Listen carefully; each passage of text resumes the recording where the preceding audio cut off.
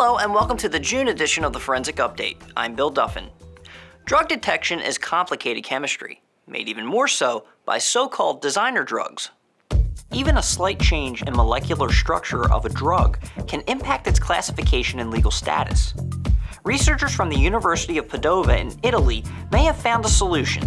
The team starts by creating a new compound with the drug, nanoparticles, and water, then scans this new compound with an NMR machine to determine the molecular structure. This method can also detect a cocktail of individual drugs all at the same time. Researchers say the method is sensitive enough to detect a drug in concentrations as low as 30 micrometers. The National Missing and Unidentified Persons System, or NamUs, has been revised to make it faster and more secure. Aside from updating search criteria to include maps and radius searches, information is now stored on the Office of Justice Program's secure cloud. The NamUs 2.0 updates also make it easier for law enforcement, crime laboratories, and the public to enter and search for information. Since its debut in 2007, NamUs has helped resolve more than 3,300 cases in the country. Another type of online database is making headlines. Genealogy sites were catapulted to the forefront as an investigative tool after one was used to catch the high-profile Golden State Killer in May. We spoke with our forensic biology section leader, Rob O'Brien, about how these DNA databases are being used in investigations. There are differences looking at the DNA from the CODIS websites versus the genealogy websites. The DNA looked at with the genealogy websites, they're called SNPs, single nucleotide polymorphisms. And that DNA actually codes for something, so we're able to track your genealogy, where you've come from ancestry-wise. Whereas the DNA we look at CODIS, they're called STR, short tandem repeats. Your DNA profile is just a series of numbers, and these are sequences that are repeated that actually don't code for anything. From that, we cannot determine anything about you, whether it's your hair color, eye color, where you come from, or if you're predisposed to anything.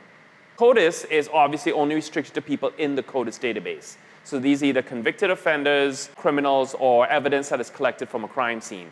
On the genealogy websites, however, it is anybody who has entered their information into this website, so it is not restricted to criminals.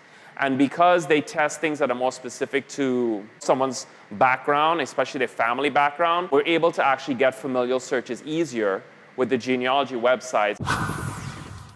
Despite some controversy, police in California are hoping a DNA match on a genealogy site will lead to an arrest in another high-profile case, the Zodiac Killer. Collecting fingerprints can be painstaking work and can be especially difficult in covert operations. A professor at Northern Illinois University was just awarded a grant from the National Institute of Justice to develop user-friendly techniques and devices to do just that. Working with the U.S. Secret Service and the Royal Canadian Mounted Police, the research is focusing on ways to lift and visualize a print almost simultaneously from a variety of surfaces. Once developed, the techniques and devices will be evaluated at the University of Technology Sydney and tested at Western Sydney University in Australia. From better collection to more precise analysis, fingerprint examiners may soon have a new statistical software in their hands. The chief of the latent print branch of the U.S. Army Criminal Investigation Laboratory created FRStat as a practical tool. To use it, examiners mark up the minutiae of the known and unknown prints. Then the program scans the points against the database to determine the level of similarity the unknown print would be to the possible match. According to the developer, statistical information helps prevent overstating evidentiary findings in the courtroom. The next step for developers is providing laboratories with the software at low or no cost. Summer is here, but that doesn't mean learning has to stop. Registration is open for the inaugural Forensic Science CSI Summer Camp at Florida International University. From July 23rd to the 27th, students aged 13 and up can get hands-on experience in evidence collection and documentation, imprint comparison, blood stain pattern analysis, and more. We put a link to register for this unique activity on our As Seen on the Forensic Update page. Don't forget to follow us on social media for more great stories and forensic science information. Until next time, I'm Bill Duffin, and thanks for watching.